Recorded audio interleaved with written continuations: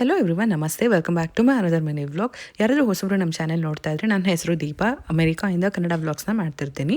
Simple life style vlogs ಅಂತ ಹೇಳ್ಬೋದು. So ಹೊಸಬ್ರು ಯಾರಾದರೂ ನೋಡ್ತಾ ಇದ್ರೆ ಪ್ಲೀಸ್ ಒಂದು ಲೈಕ್ ಮಾಡಿ, ಶೇರ್ ಮಾಡಿ, ಸಬ್ಸ್ಕ್ರೈಬ್ ಮಾಡಿ, ವಿಡಿಯೋ ಕಂಟಿನ್ಯೂ ಮಾಡಿ ಅಂತ ಕೇಳ್ಕೊಳ್ಳೋದಕ್ಕೆ ಇಷ್ಟಪಡ್ತೀನಿ.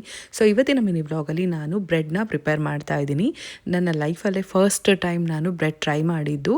ಫಸ್ಟ್ ಟೈಮ್ ಟ್ರೈ ಮಾಡಿನೇ ಇಷ್ಟು ಚೆನ್ನಾಗಿ ಬರುತ್ತೆ ಅಂತ ನಾನು ಅಂದ್ಕೊಂಡೇ ಇರಲಿಲ್ಲ. ತುಂಬಾ ಚೆನ್ನಾಗಿ ಬಂದಿತ್ತು.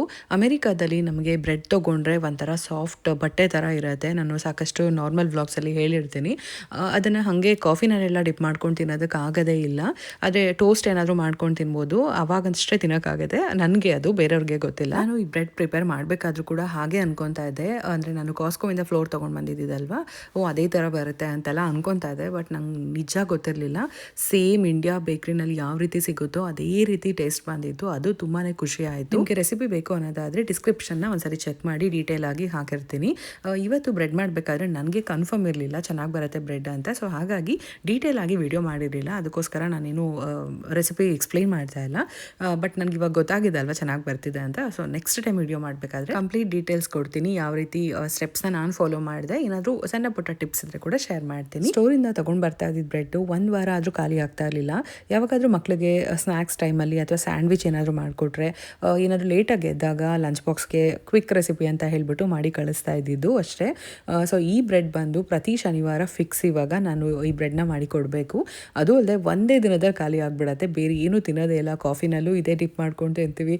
ಸೊ ಜಾಮು ಅಷ್ಟೇ, ಬ್ಲೂಬೆರಿದು ಒಂದು ಜಾಮ್ ಇದೆ. ಸೊ ಅದನ್ನು ಅಷ್ಟೇ ತುಂಬಾ ಇಷ್ಟಪಟ್ಟು ತಿಂತಾರೆ ಮಕ್ಕಳು. ಸೊ ನೋಡ್ಬೋದು ಎಷ್ಟು ಯಮ್ಮಿಯಾಗಿ ಬಂದಿದೆ ಅಂತ ಹೇಳ್ಬೋದು. ಎಲ್ಲದಕ್ಕಿಂತ ತುಂಬ ಖುಷಿ ಕೊಡೋ ವಿಚಾರ ಏನು ಗೊತ್ತಾ, ನಾವು ಕೂಡ ಬ್ರೆಡ್ ಬೇಕ್ ಮಾಡ್ತೀವಿ ಅಂತ ಅನ್ನೋದು ಒಂದಾದರೆ, ಮನೆಯಲ್ಲೇ ಮಾಡಿದ್ದ ಬ್ರೆಡ್ನ ತಿಂತಾ ಇದ್ದೀವಿ ಅಂತ ಒಂದು ಸ್ಯಾಟಿಸ್ಫ್ಯಾಕ್ಷನ್. ಯಾಕಂದರೆ ಬೇಕ್ರಿನಲ್ಲಿ ಟೇಸ್ಟ್ನ ಎನ್ಹ್ಯಾನ್ಸ್ ಮಾಡೋದಕ್ಕೆ ಏನೆಲ್ಲ ಯೂಸ್ ಮಾಡ್ತಾರೆ ನಮಗೆ ಗೊತ್ತಿರಲ್ಲ. ಯಾವಾಗ್ಲೂ ಅಯ್ಯೋ ಏನೋ ಇರುತ್ತೆ, ಅಷ್ಟು ಹೆಲ್ದಿ ಎಲ್ಲ ಅಂದ್ಕೊಂಡೇ ತಿಂತಾ ಇರಬೇಕು. ಬರೀ ಮೈದಾ ಒಂದೇ ಅಲ್ಲ, ವೇಟಲ್ಲೂ ಕೂಡ ಮಾಡ್ಬೋದು. ಸೊ ಬನ್ನಿ ಮಕ್ಕಳನ್ನ ಕೇಳೋಣ ಯಾವ ರೀತಿ ಬಂದಿದೆ ಅಂತ ಹೇಳ್ಬಿಟ್ಟು. ಬಂಗಾರು ಹೇಳ್ತಾಳೆ. ವೈಟ್ ಕಲರ್ ಪಾರ್ಟ್ ಇರುತ್ತಲ್ವ ಒಳಗಡೆ, ಅದು ಮಿಲ್ಕಿ ಆಗಿ ಬರುತ್ತೆ. ಅದು ಇದು ಸೇಮ್ ನಾವು ಮಿಲ್ಕ್ ಹಾಕ್ತಿರ ಮಾಡಿದ್ದೀವಿ, ಆದ್ರೂ ಮಿಲ್ಕಿ ಟೇಸ್ಟ್ ಬರ್ತಿದೆ. ತುಂಬ ಬಟರು ಮತ್ತು ಸಾಫ್ಟ್ನೆಸ್ಸು, ಹೊರಗಡೆ ಕ್ರಂಚಿ ಎಲ್ಲ ಸೂಪರ್ ಆಗಿದೆ.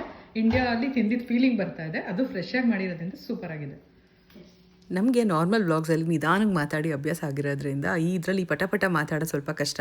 ಬಂಗಾರು ಸ್ಲೋ ಆಗಿ ಹೇಳ್ತಾ ಇದ್ಲು. ಸೊ ಅದನ್ನು ನಾನು ಸ್ವಲ್ಪ ಫಾಸ್ಟಾಗಿ ಹೇಳ್ಬಿಟ್ಟೆ. ನೋಡ್ತಾ ಇರ್ಬೋದು ಎಷ್ಟು ಚೆನ್ನಾಗಿ ಕಾಣಿಸ್ತಾ ಇದೆ ಅಂತ ಹೇಳ್ಬಿಟ್ಟು. ಬರೀ ಕಾಣಿಸೋದಕ್ಕಲ್ಲ, ಅಷ್ಟೇ ಯಮ್ಮಿಯಾಗಿ ಕೂಡ ಇತ್ತು. ಸೊ ಇದಾಗಿತ್ತು ಇವತ್ತಿನ ಮಿನಿ ವ್ಲಾಗ್. Thank you.